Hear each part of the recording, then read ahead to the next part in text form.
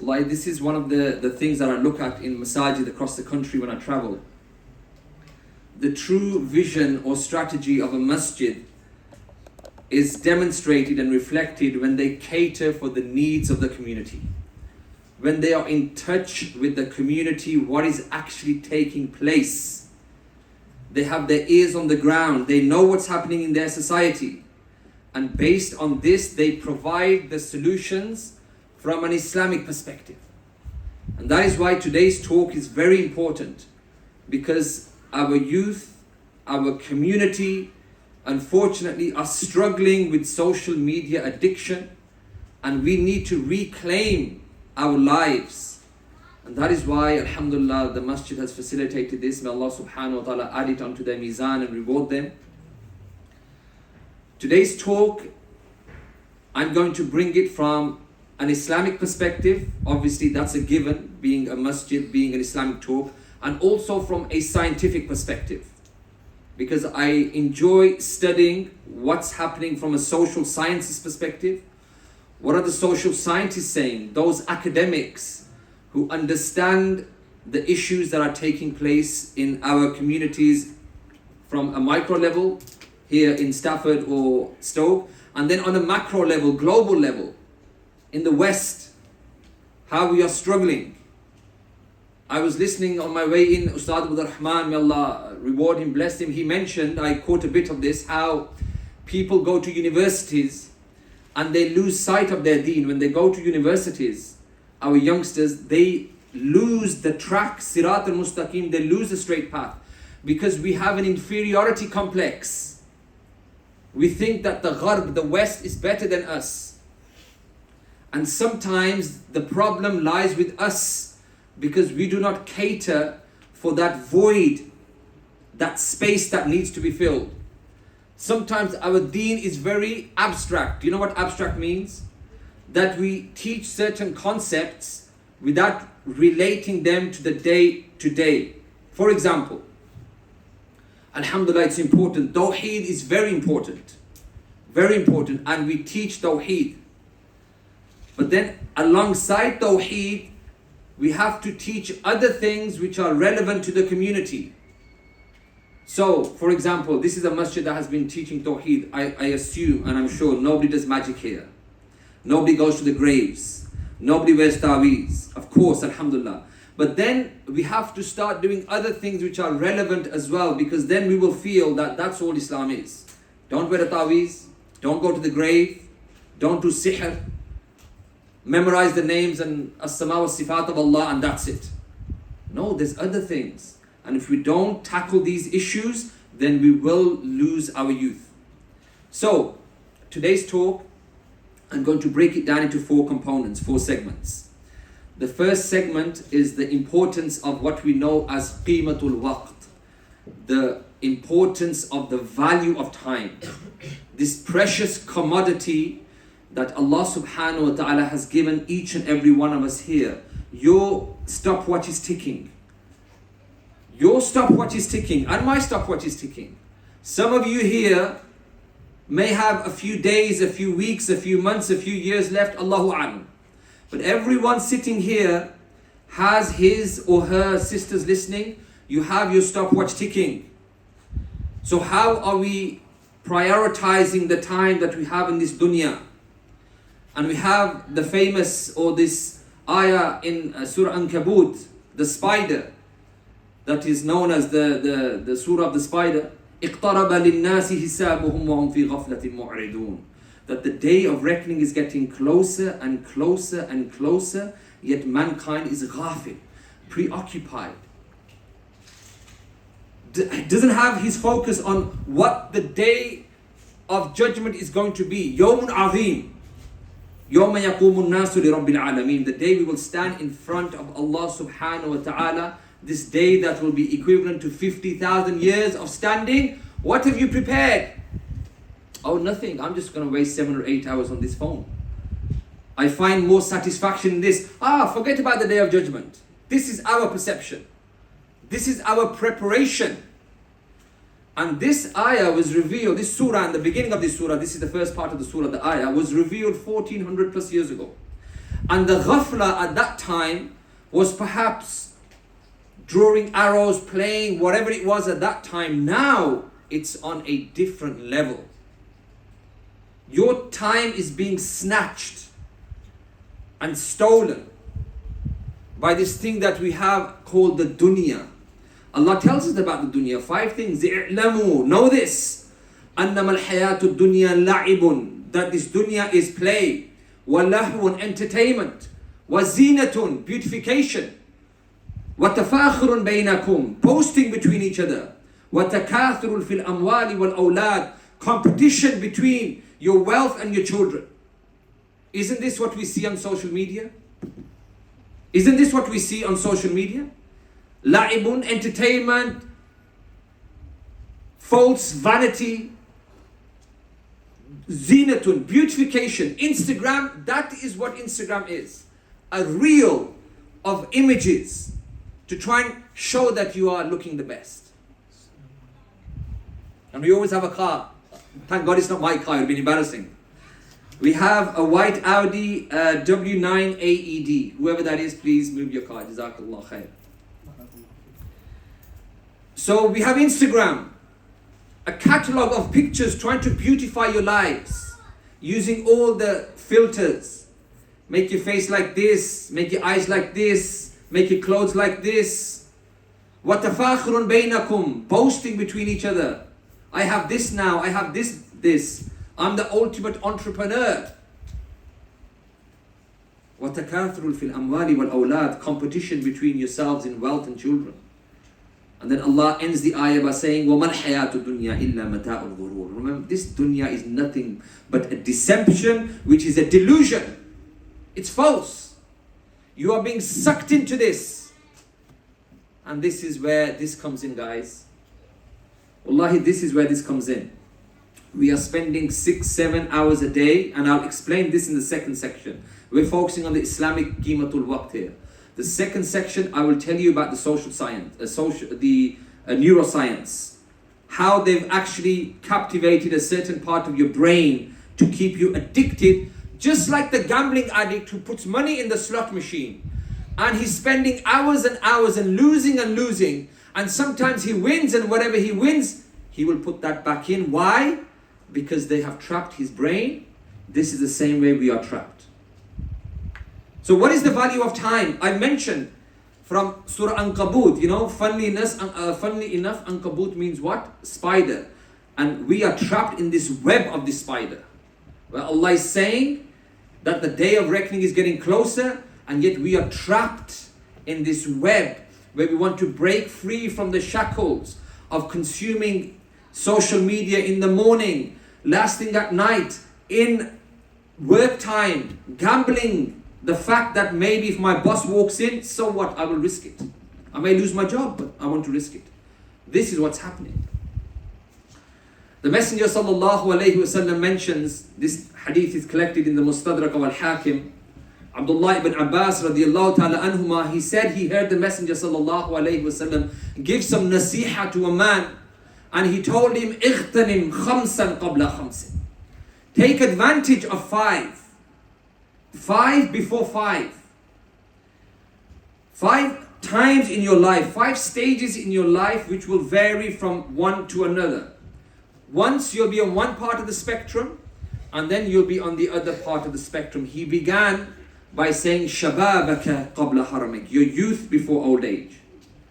How many of you are sitting here now thinking, subhanallah, I used to be running around in these little junior schools here in Stoke. I used to go to the college here. Now I'm a father. I have my own children that I'm sending to school. Where has the time gone? That is what the Messenger is saying. Take advantage of your youth. How does this help you in taking advantage of your days when you have the strength, the physical strength, the mental strength? Are you using this in the path of Allah? Or are you just medicating your boredom 6 to 7 hours a day? We have faraghak qabla shughlik, your free time before you are preoccupied. Something may happen. I know so many friends who Allah tests them with something even if it's not an illness of themselves or afflicting their body, maybe it's their partner, their wife, their husband, or if the sisters are listening, maybe it's the husband who has an illness, and the wife has to look after the husband. Her time is gone. She's busy now. She's mashghul, or the brother is mashghul. But the key question is, when you had the free time, before Allah tested you with that course of chemotherapy that you're going through for 9 months and a year, and you say bye to your friends, you say bye to everyone, you've got no time. You're recovering. But what about when you had the time? فَرَاغَقَ قَبْلَ شُغْلِكَ. And then the final one, I mean, we don't have to go through the whole 5. I just want to point the 3 relevant ones. The final one out of the 5 is حَيَاتَكَ قَبْلَ مَوْتِكَ. Your life before death. Can anyone put their hand up and guarantee, knowing that you know exactly when you're going to die? None of you can guarantee this. That is why we have so many road traffic accidents. When a person like you and me, I traveled up from Walsall on the M6. I don't know what Allah has decreed in my qadr. But many a time we hear a person is driving perfectly fine in the lane, not doing anything, not under the influence of any drugs or narcotics. And somebody happens to come from the 3rd lane who is high on something. And ballooning is a big issue, nitrous oxide, and I will talk about this on another day. When you have that cheap buzz, our youngsters, when they take those balloons, and you get that cheap high when you lose your senses, and you hit somebody else, and that person happens to be you. The next thing you know, the WhatsApp messages are going viral. Brother so-and-so has tragically lost his life. That could be you. Have you prepared for your death? That is the key point. So that is what the Messenger sallallahu alaihi wasallam is saying. And again, it goes back to time. What have you prepared? Then we know the surah that every child knows, Suratul Asr. Suratul Asr, where Allah swears by time. You know, our Lord, Allah subhanahu wa ta'ala, He's swearing by time. Wal Asr. Innal insana lafi khusr. Verily, through the passage of time, man is in a state of loss. Except for a certain few, there's an exception. إِلَّا الَّذِينَ آمَنُوا, except those who believe. And then وَعَمِلُوا الصَّالِحَاتِ, they transform that belief into actions. This is the big issue we have, brothers. We don't walk the walk. We just talk the talk. Allah is saying they have iman and then they change it into actions. There has to be an incremental increase in your Islamic knowledge, in your spirituality. You cannot be stagnant from the last 20 years and say, well, I am on the right tawheed. I am on Quran and Sunnah. What does that actually mean? If there is no development in your character, in every aspect of Islam, then you're stagnant. So Allah is saying, وَعَمِلُوا الصَّالِحَاتِ وَتَوَاصَوْا بِالْحَقِّ وَتَوَاصَوْا بِالصَّبْرِ, who enjoin towards the truth and they enjoy it and they bear it with patience. Imam al-Shafi'i rahimahullah, one of the big imams, ai*imma of this ummah, as you all know, he said that only if this one surah was revealed, forget the 30 ajza of the Quran, forget the Makki surahs and the Madni surahs, we're talking about this 3-verse surah, 3 or 4 verses and lines. This would have been sufficient for mankind to show him the actual focus or the roadmap of where you are going in life. This would have been sufficient. You don't need to know about the ahkam of Hajj and fasting and siyam and qiyam and sadaqah and salawat, nothing. If only this one surah was revealed, this would have been sufficient. And again, we need to look at all of these things that I'm mentioning and measure ourselves against these. How are we going to face Allah on the Day of Judgment when your feet will not move until 5 questions are asked, and one of those is, how did you spend your life? How did you spend your time? Well, what are we going to say? We just spent it being like jacket potatoes on a sofa, watching cheap entertainment, these cheap videos, you know, TikTok, they call it the digital crack cocaine. Digital crack cocaine. You know, crack cocaine, that was a drug that was placed into the Afro-Caribbean communities in America in the 70s, deliberately to make that community regress, start fighting each other, start increasing the crime. And that's exactly what it did, unfortunately. In America, they planted this into our communities, into the black community. All of a sudden, people were hooked on this drug. They didn't know anything about working, supporting, and they began to go behind, and the other people of the country, they went miles ahead. Because such is crack. You lose sense of everything, your family, yourself, your time. Imagine digital crack. That's what the scientists have called TikTok, where you're getting short bursts of 30 seconds of videos with music. And you're anticipating the next video, and you're anticipating the next video. You're getting that dopamine hit. That is what we call digital crack. And finally, Hassan al-Basri rahimahullah, he mentions that man is 3 days. You and I are 3 days. Metaphorical example he gives. As regards to the past, the Madi, whatever's happened in the past, you can't change this in terms of certain actions that you did. Yes, if you've sinned, you can change it. Tawbah. I'm talking about things that you've done, such as wasted your time. You know that you should have done well in school, but you can't go back now and change your GCSE results, can you? You know you should have done well in A-levels, you can't change your A-levels, can you?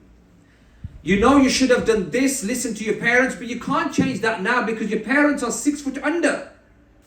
So certain things you can't change. Hassan al-Basri is saying you can't change that, and this that you've done it in the past has been sent to the future, and it will be opened on the Day of Judgment. So that you can't do. That door is closed. The mustaqbil, the future, you and I are not guaranteed. You don't know what's going to happen tomorrow. So that door you can't even open yet. You can't guarantee this.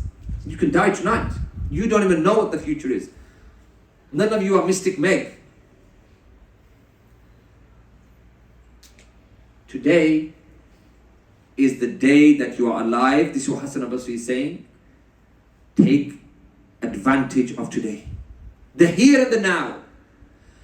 The future you got no control of. You don't know if you're going to be here.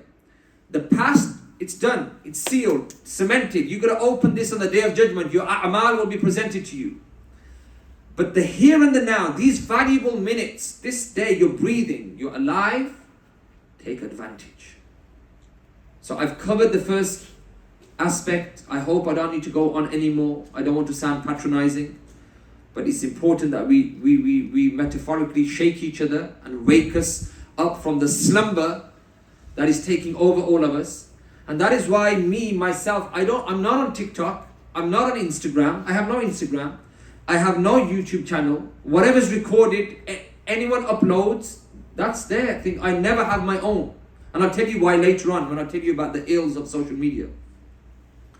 I'm not bothered. And I've been giving khutbahs for 10, 11 years. I'm not bothered. Because it's a ni'mah to know what's taking place. Not to be mentally absorbed in something that is cutting through your spirituality. Wallahi, I've hit the 40 now, 40, and I remember the days when we were growing up and we had beautiful days like this. We wouldn't be wasting our time on phones. We'd be out there playing on our bikes, playing cricket, playing football, releasing those endorphins, feeling good about ourselves. Yet the youngsters now, according to social scientists, they have a massive ticking time bomb of mental health issues. Because they don't know what it means to go out and play. They don't know what it means. They are stuck with social media. They are measuring their lives against the lives of others, and they can't detach themselves from this, unfortunately. May Allah make it easy for you all. And so you're not enjoying the best days of your life. You're not enjoying this. So I'm here to present the solution. So we've taken the first, tick the box. Qimatul waqt is finished. Now let's look at the nature of this beast that we know as social media. What is it? And this is where I got the bulk of my information from when I went into this and I researched this.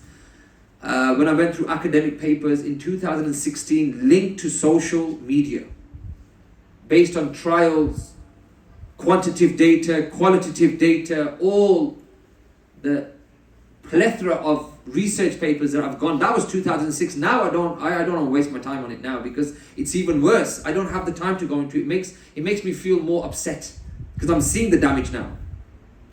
So what is social media? Wallahi, it's simple.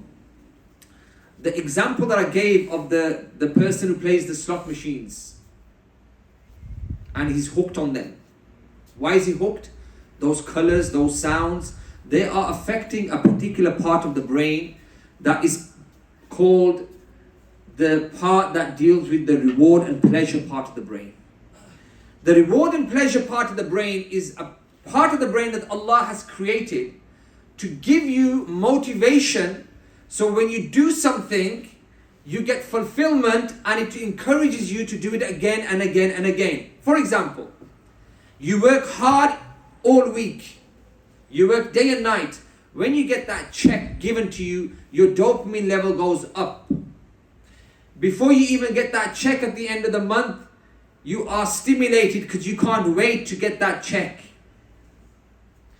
The taxi drivers here, those of you who get cash in hand, your dopamine levels are flying when you are cutting through Stoke, because you know that you've taken £6 cash and then you're waiting to get £10 again cash. Your gutli is going to be filled up, isn't it? Your dopamine, you're anticipating the next job. But if it was a case of you don't get paid anything, but you will get something by credit in a month later, you just come home 9 to 5, say, I don't want to go taxis. Because you're getting money, clink, clink, clink in your hand, dopamine, reward, pleasure system, bang, bang, it's being stimulated. Same way, they've applied the same concept into the phone. Silicon Valley went into this. One of the founding presidents of Facebook, not Zuckerberg, he's the main person, Steve Carr or Nicholas Carr, I think his name was, he said in an interview he did back in 2014, he said, do you know how we get you all hooked on Facebook? You see, every time you get a like or a comment or a share with that red icon, even that red icon is specifically tested to make sure it really stimulates you, gets your attention. Every time you get a like or a comment or a share and a mention of you, you get a dopamine hit. You get a shot of cocaine. You get a sweet that's presented to you and you feel good about yourself. And then you spend the whole day chasing the next picture, the next post, the next comment. That's how it works with Facebook, and the concepts are similar on Instagram, TikTok, YouTube, and whatever else there is out there. That's all it is. They've captured your reward and pleasure systems and they want to overstimulate them as much as possible, and that's exactly what's happening. That is exactly what is happening in a nutshell. That's why I'll give you Instagram, for example, and TikTok. It is a catalog, a stream of you scrolling with your fingers, anticipating the next video. Is it going to make you laugh? Is it going to make you cry? Is it going to be a little booster? Is it going to be something that's going to make you go, whoa? And then you're scrolling and scrolling because your reward system and your dopamine levels are being pumped in your brain, and you are sitting on the edge of your seat anticipating.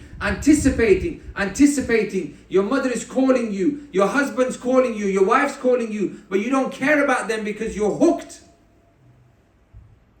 That is social media addiction. That is what's taking place. And that in a nutshell is what it is. Digital crack cocaine. Don't worry, you look scared, or inshallah, I'll give you some solutions at the end. Don't worry. I'm not just going to walk out now and give you this and say bye. I'll give you some solutions, inshallah. Don't worry about this. So this is the way that they've done this. And now you're thinking, subhanallah, what's going on here? Okay, I now know the science, but I'm addicted. Is there any way around this? You know? We are so addicted that there's some names that they've coined that maybe you are familiar with if I share these names with you.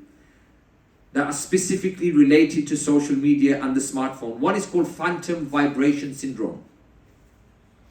Yeah, phantom vibration syndrome, where you feel that your phone you're getting a notification and you check it and there's nothing there. It's not a case that you've dropped your wife off at Stoke Hospital outside the A&E, you couldn't find a space. And she said, just drop me off for 5 minutes. I just to go in there, confirm my appointment, come back in 5 minutes, do a little circular. And you're waiting on your phone thinking, if you don't answer your phone, then you'll end up in A&E as well. It's not that case, no. You're not expecting a call. But there's something happening in your brain. There's a dialogue saying, check your phone, put your hand in your pocket. You do that, you check it, and there's nothing. Phantom vibration syndrome. According to social scientists, every time you check your phone and you're in the middle of an important task, you're focused, you are pressing the self-sabotage button. You are hijacking your productivity. So you're doing some great work, you're watching a program, you're reading the Quran, you're trying to do hifz, and then you can't help it, phantom vibration syndrome. You check WhatsApp, Facebook, no notifications, nothing, you put it down. It will take you 12 to 15 minutes to recalibrate your brain where you were before you pressed the self-destruct button. Think about this now. How many times are we pressing that self-destruct button on a daily basis? I just want to go on Instagram. There's another one we have now called FOMO. Does anyone know what FOMO means? Once I get some water, put your hand up. What does FOMO, the acronyms, FOMO mean? Yes. MashaAllah. I wish I had some sweets. I normally give sweets as prizes. Yeah. Fear of missing out. You're not happy in the here and the now. You could be in the best surrounding. You could be with your loved ones. But there's a dialogue and there's something happening in your brain called the fear of missing out. You're thinking there's going to be some breaking news somewhere. There's going to be a new debate video that's come out on YouTube. There's going to be whatever it is. And there's a fear of missing out. And you check everything and there's nothing there. Then you go back. Then you think, oh, Pakistan, I think Imran Khan has battered the army. Let's go back and check it. It's the same situation. He's getting battered by the army. There's something happening which is not allowing you to enjoy the here and now, and you want to check something that has got nothing to do with you, that's across the world. That's called FOMO, fear of missing out. So these are two things that they have coined, these terms. Moves me on to you as human beings. Are you able to control this thing about resisting this what we call grit of saying, you know what, today I'm just going to use my phone in the morning, 10 minutes, and then if I have a phone call, then that's legit, you've got to take your call. But I'm not going to waste my time like this. Do you think you've got the ability to do this? Let's see if we are able to do this, or are we created just to fall under the pressure and live our life like this, like drug addicts, and say, oh, we can't do anything. Let's see. There was a experiment that was conducted in the 60s by a man called Walter Mitchell. Very famous. It was called the marshmallow theory. The marshmallow theory. Yeah. And he wanted to understand this thing about human behavior. Are you able to control your urges? Are you able to resist temptation when something is presented to you, in front of you, and you want that thing, and you're told, isbir, have sabr, you'll get something better, just be patient for 10 minutes and you get something better. Are you able to control yourself, or you just go for it now? He wanted to know this. So what did he do? He started with the best segment in the community that shows you how we are going to grow up as adults. He started with the youngsters. He just focused on the youngsters. Are they able to control themselves? Because obviously our youngsters are our future. So the experiment went like this. He took 40 or 50 6 to 12-year-olds. He placed them in small rooms. In the room he had a camera there hidden. No one knew. The children didn't know there was a camera. How are you doing, young man? I'm well, I'm fine, okay. Thank you very much for taking part in the experiment. Sit down here. I'm going to give you a plate of marshmallows. His eyes lit up. There's 5 marshmallows in this plate. If you are able to resist for 10 minutes, I'm just going to pop out. When I come back after 10 minutes, if the plate is there with the 5 marshmallows, I will give you 5 more marshmallows. You will have 10 marshmallows. So he wanted to check the marshmallows are right there looking at them. Are they able to control themselves? Let's see the results. 70% or thereabout of the youngsters,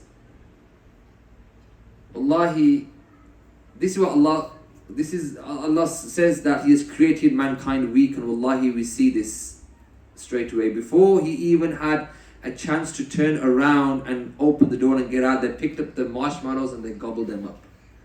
We don't care if you bring 5 tons of marshmallows, I want them now. That's what they did. Overwhelming majority went for it now. Even though the reward was there, but they just had to wait 10 minutes. They couldn't resist.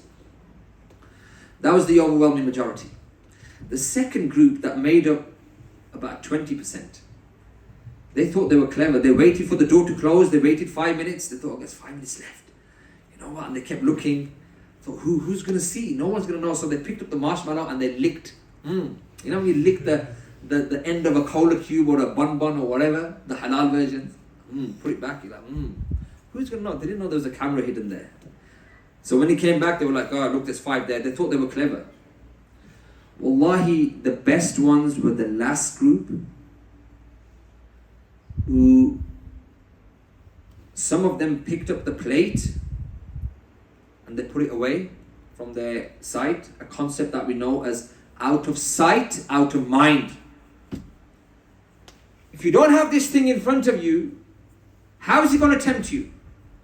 If it's in your pocket, in your face, in front of you, how is it going to tempt you? They picked it up, out of sight, out of mind. And some of them, wallahi, they didn't even bother touching it to pick it up. They just turned their body away, folded their arms, and they waited for 10 minutes. This is not the crux of the theory, the experiment. This is no. The findings were, he wanted to follow these individuals for 30 years to see what choices that they made in that experiment impacted them in life. This is the best bit, guys. If you understand this, you understand human psychology. If you understand the way Allah has created you, then you are on the right path to go to Jannah. If you know your weaknesses as a human being. Those who couldn't resist, who wanted it straight away, they were dropouts in school. Forget GCSEs, A-levels. They expelled. They didn't bother. They didn't end up in college, university. Marriage, divorce, in and out of relationships, in and out of prison. They were what you would say people who didn't really add any value to society. Because they were just used to pressing the self-destruct button, and they were not a valuable commodity to society. Neither were they a valuable commodity to themselves. That was the first group. Second, those who licked the marshmallows and put it back, they did well in life in terms of businesses, companies, whatever they own, but they had some issues now and again by doing fraudulent activity. That was the nature. Who's going to know? How's a taxman going to know? I'm just going to write down this. I'm not going to declare this. That was just one of those things that they had when they didn't know the camera was there. That was part of their intrinsic. The third group, the one that didn't even touch or they moved the plate away, they were the most successful. They had great marriages, great careers, a great family. The same friends they had when they went to junior school, they had the same friends 30 years in life. They were what we would call the productive and the classical example of what to be as a Muslim in a community. So this is the crux of you sitting here now. The ability is there.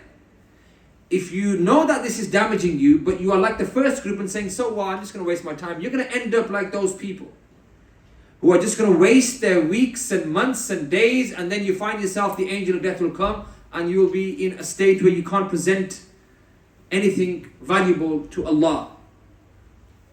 Or you could be like the third group, who resisted. That's what life is about. وَالْآخِرَةُ خَيْرٌ وَأَبْقَى. Allah tells us is that the akhirah is better, more long lasting, more enduring. Just resist this dunya. Don't get caught up in this. That's all you have to do. In the 10, 20, 30, 40 years that you have, and again, we don't know how long we have here. So now you're understanding the neuroscience. So we've covered the second bit. It's all to do with dopamine.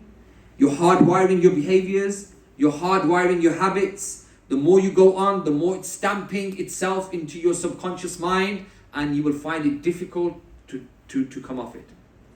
So you need to come off it slowly, and we'll tell you how. But as long as you now know about those notifications, and you light up like a bell, you're happy when your status is doing well, but when it's not doing well, you feel down. Roller coaster of emotions is playing with your psychology. It's playing with your emotions. The third thing that, and also, last thing I forgot to mention, just quickly, mental health as well. Massive correlation between using social media and being depressed, especially the youngsters. There was one study that was done in 2021, and they mentioned that actually it was before this, 2014. They focused on 18 to 24-year-olds at university campuses and looked at what impact Facebook had on the students. This was 2014, before the rest of these social media platforms came about. And the top 3 problems that they had because of Facebook's usage was what? Anxiety, stress, and depression. That's what they were saying. Back in 2014, the youngsters, the next generation of professionals, the doctors, lawyers, accountants, solicitors, teachers, whoever, if they're struggling at university, mental health, they're not the best version of themselves because of this, then how are we going to function as a society in 20, 30 years' time? Allah, it baffles me. Every third or fourth student will need to go and see a psychiatrist. I'm not well, I can't. All because of using this too much. Not happy with the way they are. Measuring themselves. I'm not fat enough, I'm not thin enough, I'm not tall enough, I'm not short enough. I'm not black enough, I'm not white enough, I don't have the best clothes, I have this trainer, my dad doesn't buy me these. You're always measuring yourself and you're not happy with the way Allah's made you. I don't get as many likes as this guy in my class, and you feel insecure about yourself. Why take yourself on this roller coaster of emotions? Why don't you just minimize your time on social media? So that's the second point covered. Let's go to the third point quickly. The societal issues. Because some of you could say, yeah, you know what? Social media is so beneficial. The world's become such a great place because of social media. Everyone's holding hands and singing Kumbaya, everybody's doing. No? Is this what's happening? Is this what's happening? Let us see. How many times are we getting debates and fights amongst each other? Forget Muslims and non-Muslims, Muslims and forget Muslims from the same group, same manhaj, same methodology, same everything. And we become more fragmented and polarized because of the drama that is created on social media. So how has this helped us? The Messenger sallallahu alaihi wasallam wanted to set a model community when he went to Medina. When he migrated, when he went to Medina, he wanted to set a model community where the Muslims existed with the non-Muslims, the Jews, the Majus, those people who worship fire, everyone. He wanted a good community. And the narration mentions, Imam Tirmidhi brings this narration, Abdullah bin Salam radiallahu ta'ala, and he was a Jew at that time. And he heard about this person called Muhammad. Revelation comes down on him, and he was keen to see who this guy is. And he narrates, and he mentions, that when he went out and he was secretly looking at the messenger, the first thing he said was, عَرَفْتُ أَنَّ وَجْهَهُ لَيْسَ بِوَجْهِ كَذَّابٍ. I saw and I recognized just by looking at this man's face that this face was not the face of a liar. Subhanallah. The nur on the messenger was such that just by recognizing his demeanor, his conduct, his character and his face, he said, عرفت أن وجهه ليس بوجه كذاب. I could tell, I recognized, I realized that this is not the face of a liar. But then he wanted to see what he would say.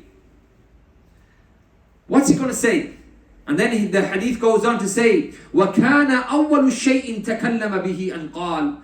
The first thing that the messenger said and he addressed the people was this: Ya ayyuhan nas, O people, afshu salam, spread salam, wa ut'imu ta'am, and give food to each other, wa sallu bil layli wan nasu niyam, and stand up in the night whilst others are sleeping.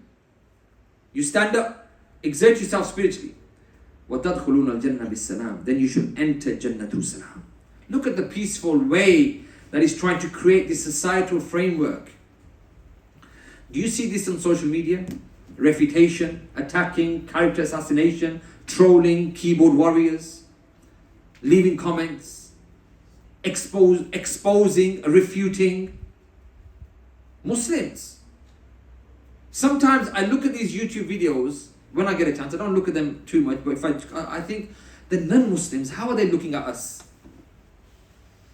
Because we're calling towards Islam, and that sometimes we attack ourselves publicly so much about Islam.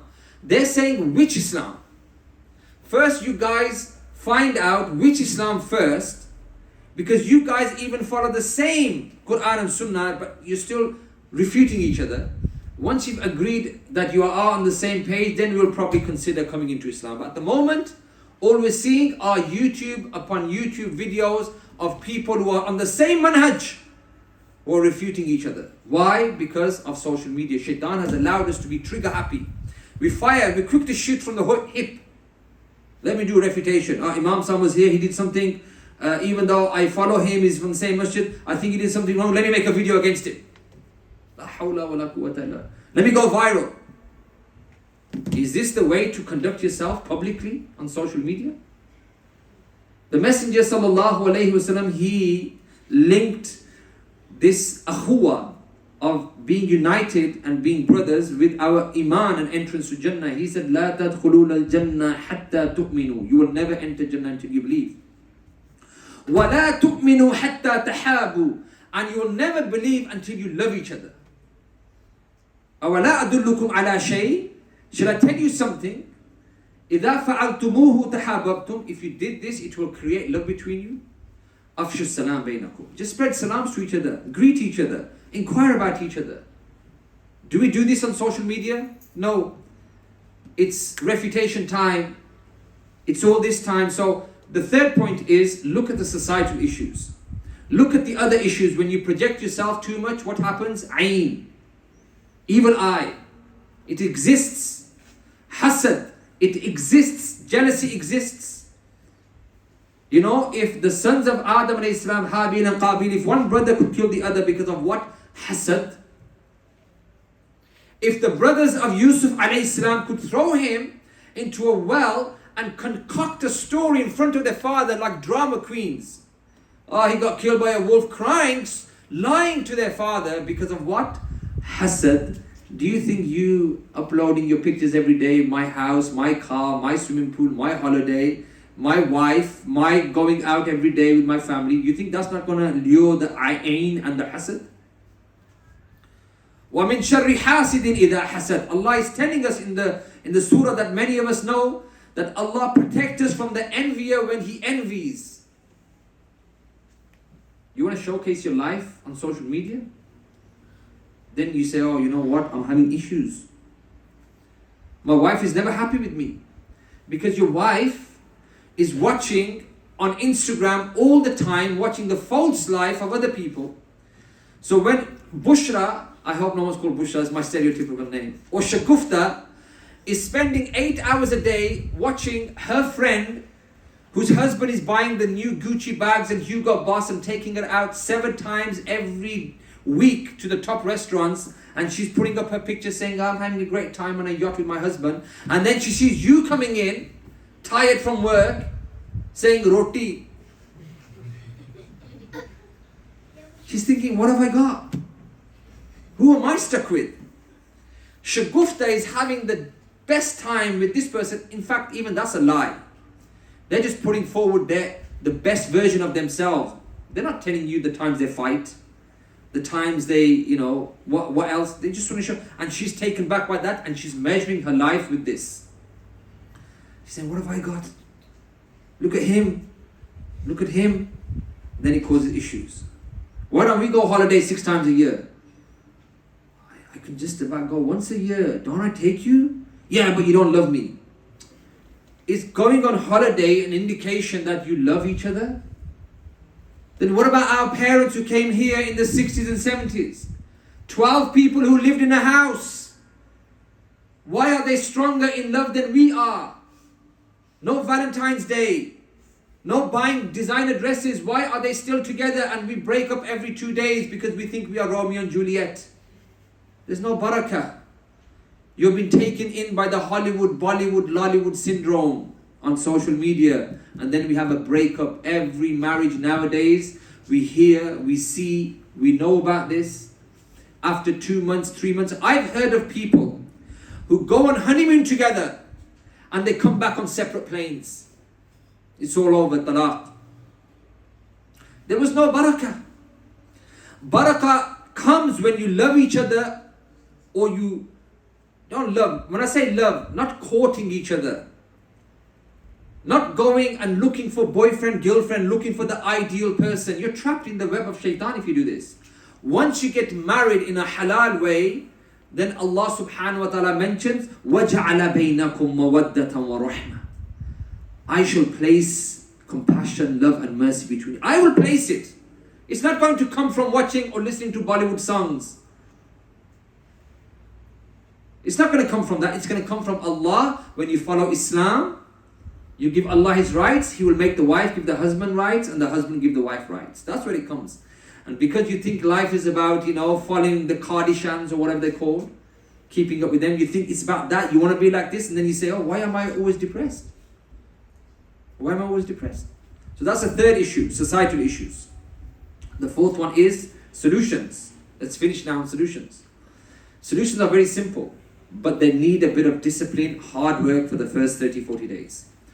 According to the Imperial College London University, some research was done to understand how do you create habits that are with you for life. Takes you between 40 to 60 days depending on the individual. The first 20 days, solid, difficult. You're going to get withdrawal symptoms. You're going to be like a crack addict. Second 20, you're okay, you're getting there. The next 20, solid, bulletproof. You need to look at ways, how do you minimize your time on social media? Me, alhamdulillah, like I said, I have no Instagram anyway. I have no YouTube. I don't need to keep uploading content. One quick advice to the du'at and the aimma who say, well, what's wrong with having a YouTube channel? There's nothing wrong with having a YouTube channel and being a da'i and uploading. Only if you don't control it. Give it to an admin. The amount of speakers that I see and students of knowledge who are competing with each other. He's got 1.6 million subscribers. I've got 2. My videos, they're always stuck on the screens. They haven't got time to develop themselves and do what they're supposed to be doing because they're seeing how their latest video has done. There's nothing wrong. Have your video, give your password login to an admin and say, let me carry on doing what I do best. And you do that. If anyone makes an inappropriate comment, you delete it. If anyone says something, you like it, you do it, but I don't want to be on this. What are we seeing now? We're seeing many of the students of knowledge spending valuable time medicating themselves with the hits because they don't understand the neuroscience. This is one thing I always say about our students of knowledge. Understand all sciences. Don't just do ratta of certain ulum of the Quran, hadith and tawheed, which is good, but also understand everything else. Shaykh al-Islam Ibn Taymiyyah rahimahullah, he was a scholar who could debate the Greek philosophers at that time. That was a danger at that time. He didn't just sit at home and say, well, I know all of the 6 books of hadith and I memorized them. No, he went out and he understood and he began to research their material, their academia. So when he debated them, they go, this man's on a different level. You try and bring an atheist here to debate one of us, our students of knowledge, they wouldn't know where to start, our students of knowledge. Because they don't think that is something that's beneficial. Of course it's beneficial. Why do you think we have a massive problem in Saudi now? Because there was a void that was created. There is no darbar or any shirk going on in that particular country. There never has been for many years. But why have we lost a whole generation? The atheism rate is growing because they haven't addressed that issue, and they've always looked down on Islam. Oh yes, well, Tawheed is there, following the Sunnah is there, but we want more. And we didn't fulfill that by saying, you want more of this? Let us explain what that more means. Let's tell you what this Darwinism is, evolution is. And once you give them that from an academic perspective, because you studied it, they'll say, Alhamdulillah for Islam. They'll say, Alhamdulillah. When you don't talk about these things, then of course they're going to think Islam is backward. Na'udhu billah. So we need to understand, going back to the point, I went off on a tangent there. We need to come back and we need to build in those habits. First 20 days are going to be hard. Okay, so what you do, minimize. So what I do, for example, I only have Facebook, and even then, I used to use Facebook quite a lot before when I used to be with a particular charity, because I had to take the charity from nowhere to somewhere. I had to promote, and I got burnt. I was like, look, come on, can't you get anyone else? No, we can't get anyone else. I go, I hate being, let me train somebody else. It's wasting my time. But I said, no. So what you need to do is, what I do now, is if you go onto my screen here, even having the icon of Facebook is disabled. Because what you're doing mentally, the brain does not like the hard option. It likes the easy options. So when you know that you have to go on Facebook, to go on Facebook, you have to go to Google Apps Play Store, then you have to press enable, then you have to wait 2 minutes to download, then you're going to say, oh, I don't want to do this. The brain is saying, I don't want this. The creators at Silicon Valley of Instagram, Facebook, they do the opposite. They make it convenient for you. They make it easy for you. You know, like the TV, in the 70s when the TV came out first, you had to physically get up and push the buttons. You had a BBC One, what is this? Go, sit down. You sit down and then the wife says, nay, put it on 2. You get up and you go press do. The wife keeps controlling you, sitting up and down, pressing buttons. Then the remote control came. You don't have to get up. Now you're wasting more time because the brain starts hating the fact that you have to get up and change the channel. So you're going to say to your wife, yeah, just switch it off. Let's go for a walk. When the remote control came, it became easy. With the remote control, they made it more easier. Let's give you more channels. You had 5 channels, we'll give you 500 channels. So going back to my point, when you have your apps, take them off the home screen. Wallahi, if you are hardcore, if you are proper and you want to get to a level, delete it off your app, put it on your laptop, and if you ever want to go on Facebook, you know the only way you will have to go on Facebook is go to your room or bring your laptop down, open your laptop, download Facebook, put in your password, check something. Has somebody sent you a message? No, yes, no. After a few days, you will say, leave this, yeah, waste this, it's taking too long. So what you're doing, you're creating doors and obstacles to make it, the brain think, you know what, it's pointless, worthless. That's what you do. Other things you do, you have apps now that regulate the amount of time that you spend on Facebook, and you can put a password in where you give the password. When you set this up, give it to your wife. Give it to somebody else, because the nafs is weak. You will keep overriding the password if you have the password. So you download an app and you say, okay, 1 hour only on Facebook a day. 30 minutes in the morning, 30 minutes in the evening.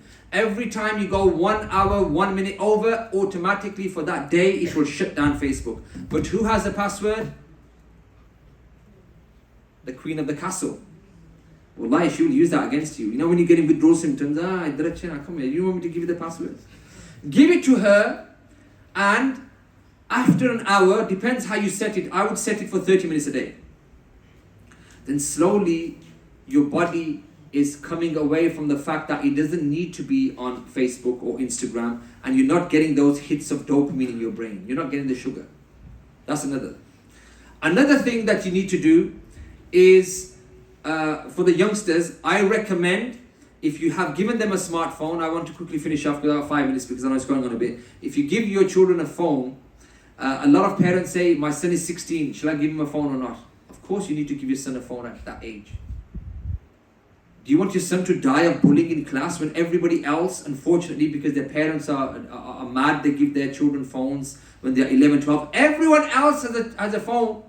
And your son is 16 and 17 and he doesn't have a phone and everybody's laughing at him, they're cheeking him, your dad is poor, your mum is poor, you can't, and he's feeling so insecure. Yes, give him a phone. A phone comes in handy. Dad, I missed the bus, I'm standing by myself, it's getting dangerous, come and pick me up. Don't give him gigabytes, give him no data. The only data he has is when he comes home. When he comes home, who is the king of the castle? You are the king of the castle. You regulate the time they go on internet. You have the broadband settings, no adult content, no violence. You have the settings so that when they come home and they link, they can't go anywhere. They can't view inappropriate material. And also 8 o'clock at night time, you switch off the modem. You switch it off. There is no internet in the house, even if they are in their rooms. How can they don't have money to be on a 20 or 30 or 40 pound a month contract where they are getting EE or the provider giving them. The only source was the modem and you switch the modem off. You are in control of the house. That's another thing you need to do. And the final thing I quickly want to mention, this is something exciting has come on the market. I'm looking into this, very nice, smartwatches. Wallahi, amazing. Get a smartwatch. You can leave your phone at home. Leave your phone at home all day. Your watch will take the call. If you have a call, put the earphones in and you can speak to people as you're walking, driving. Yeah? And anything else will seem irrelevant. You don't want to go on WhatsApp like this. What are you going to check on a small round screen? You don't want to go on YouTube. You don't want to go on anything. And when you get home in the evening, put on your WhatsApp, okay, he sent message. Anything urgent and priority, what will people do? They will naturally call you. And when they call you, have your smartwatch. Anji, okay, I'm coming, I'm here, I'm there. Take the call. But what happens when you have the phone, when you are standing, sitting, you're in a bank queuing up, all you want to do is do this. We've lost the art of conversation. Our youngsters, even elders, 8 people in a room, and they're all in their devices, nobody talks to each other anymore. Allah subhanahu wa ta'ala created us with the lisan, the tongue to speak. We are social animals. If we don't speak, we crack up. You know, the best way to kill somebody else mentally is to put him in solitary confinement. Put him somewhere he can't speak to anyone. He just go mad. That's punishment, but we choose to punish ourselves. Our mother, our father, our auntie, our grandmother, sitting in the same room as us. They want us to talk to them. They're dying for a conversation. Nobody talks to them. And we're on their phone. And if they do say, Beta, how are you? How's your day been? We're like, okay. And then when they die and they are 6 foot under, then we begin to cry, Ya Allah, bring my mother back, bring my father back. If only I could tell my mother or my father, I love you so much. But when you were alive, did you tell them this? No, you're in the same room, but you're watching YouTube videos, Netflix, Facebook. You didn't even bother talking to your mother and father. You spent 10 years, 15 years wasting that time. And then when they die, you are crying, I wish I could come back and tell you that I love you. So I conclude by saying, brothers and sisters, wallahi, the choice is yours. You are in control, like that marshmallow theory. You can be like the first group, who wants the hits every day and you're wasting your life, or you can be like the third group, who knows that we have a goal in life to be productive Muslims, to stand in front of Allah and say, Allah, we did our best. Yeah, we exerted ourselves. We studied, we learned. Even whatever you do something, exercise, business, whatever you do, just don't waste your time on this. And don't medicate your boredom on this. And I ask Allah subhanahu wa ta'ala to give us the ability to understand. You know, people are paying hundreds to know this kind of information. You know, there's a big issue now, and you're getting all this for free from the masjid in terms of how to so take advantage of this. Yeah, there's a concept called digital minimalism, which is going to be big now, where people are being taken away on retreats for weekends, and they say, leave your phone at home, we want to reconnect. and you're getting all this information, implement it, act upon it. We ask Allah subhanahu wa ta'ala to put barakah in everything that we do. أقول قولي هذا واستغفر الله لي ولكم ولسائر المسلمين فاستغفروه إنه هو الغفور الرحيم.